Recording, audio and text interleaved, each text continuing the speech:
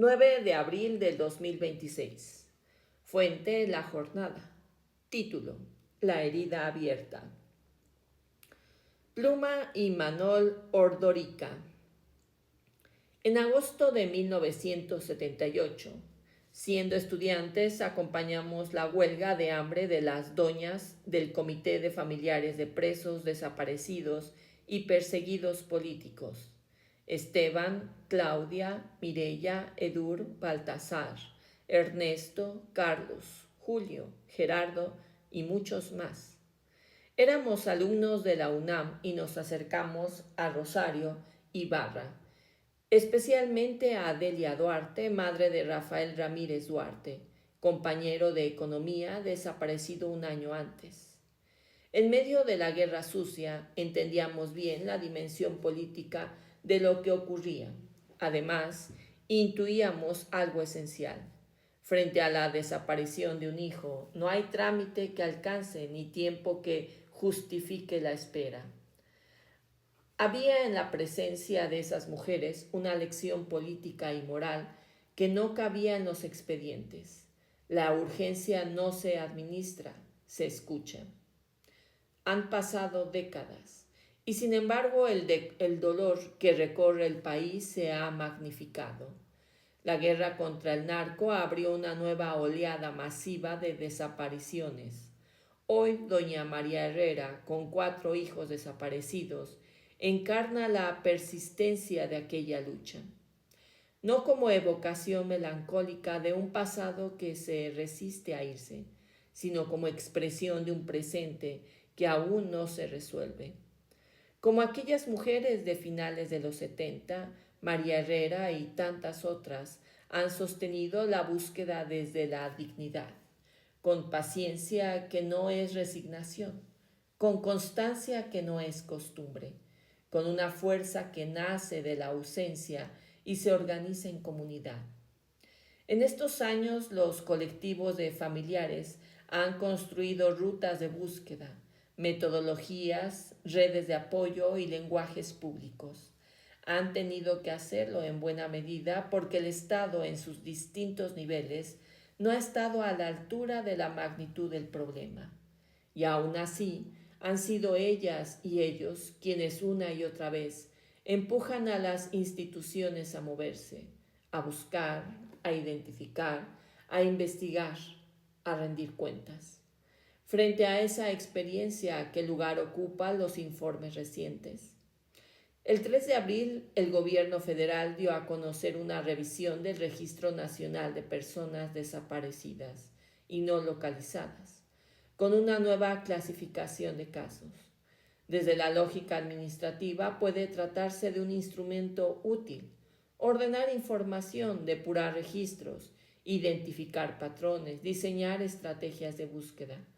Ese tipo de trabajo es necesario, pero su inevitable frialdad contrasta con la vivencia concreta de las familias, para quienes cada registro tiene un nombre, historia y ausencia, lo que para una base de datos es un estatus o una categoría, para una madre es una vida suspendida. Esa distancia entre el lenguaje de la administración y el del duelo no es un detalle menor. En ella se abre un espacio de desconfianza que no puede desestimarse ni atribuirse a la politización del tema. La desconfianza no es un capricho. Nace de años de puertas cerradas, de expedientes inmóviles, de búsquedas delegadas, de promesas reiteradas y resultados insuficientes. Nace también del hecho brutal de que la desaparición se ha vuelto experiencia cotidiana para demasiadas familias y comunidades. Por su parte, el informe del Comité contra la Desaparición Forzada de la ONU plantea cuestionamientos y formula conclusiones graves. El gobierno mexicano ha objetado varios de sus supuestos y ha señalado imprecisiones que, en ciertos aspectos, merecen consideración. Pero el intercambio se mantiene, casi inevitablemente, en un plano teórico, jurídico y político que difícilmente toca el núcleo de lo que vive la víctima. La incertidumbre diaria, la intemperie institucional, el desgaste de la búsqueda y el temor que el tiempo lo borre todo. Así, entre la depuración de cifras y la disputa de diagnósticos, persiste lo esencial, la desaparición de decenas de miles de personas como una herida abierta en la vida nacional. La pregunta de fondo no es quién tiene la razón en el debate, sino cómo construir desde el Estado una voluntad efectiva de cercanía, compromiso y respuesta. Porque el problema no es solo de diagnóstico o de información, es de confianza. Y la confianza no se decreta, se construye con acciones verificables, con resultados, con presencia, con trato digno. Se construye cuando el Estado deja de hablar sobre las familias y empieza a hablar con ellas.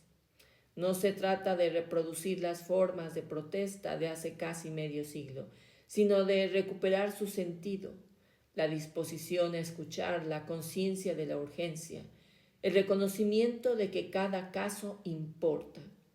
En 1978, en torno a la huelga de hambre, aprendimos que la fuerza moral de las víctimas no suplanta al Estado, lo obliga a mirarse, a responder, a no normalizar el horror. Hoy la elección es la misma, con una escala y una complejidad que nos interpelan como sociedad. Eso supone, en primer lugar, un lenguaje público, empático y humanizador, que se enfoque más en las personas que en los números. También una relación más fuerte con las familias y los colectivos, basada en interlocución real y sostenida, no en el contacto episódico. Interlocución significa escuchar con continuidad, aceptar críticas sin convertirlas en agravio, compartir información sin regateos, acordar protocolos de búsqueda y de identificación con transparencia, reconocer y recorrer errores y corregirlos. Supone, sobre todo, no desplazar a las víctimas al lugar del obstáculo, cuando en realidad han sido motor de los avances más importantes en este terreno. Y exige fortalecer de manera efectiva las capacidades de búsqueda, identificación y procuración de justicia. Aquí no hay atajos, sin fiscalías que investiguen y no simulen, sin servicios forenses con recursos y coordinación, sin bancos de datos interoperables, sin mecanismos de protección a buscadoras y buscadores. El país seguirá atrapado en el ciclo del anuncio sin resultado. El desafío es que el tiempo institucional deje de transcurrir en paralelo y a menudo a distancia del tiempo de quienes buscan, porque para María Herrera, como para Delia Duarte en 1978, la ausencia no se mide en estadísticas, se mide en días que pasan sin respuesta, se mide en la repetición de una pregunta que, a fuerzas de no ser atendida, se convierte en un modo de vida. ¿Dónde están? La herida está abierta. Lo indispensable es encontrar a las personas, identificar a quienes han sido asesinadas, sancionar a los responsables, reparar a las víctimas y garantizar que esto no se repita. Mientras eso no ocurra, el país seguirá oyendo, con otros nombres y con otros lugares. Al mismo reclamo que acompañamos en 1978, que el tiempo de la espera no es neutral y que la ausencia no admite prórrogas. Fin de la opinión.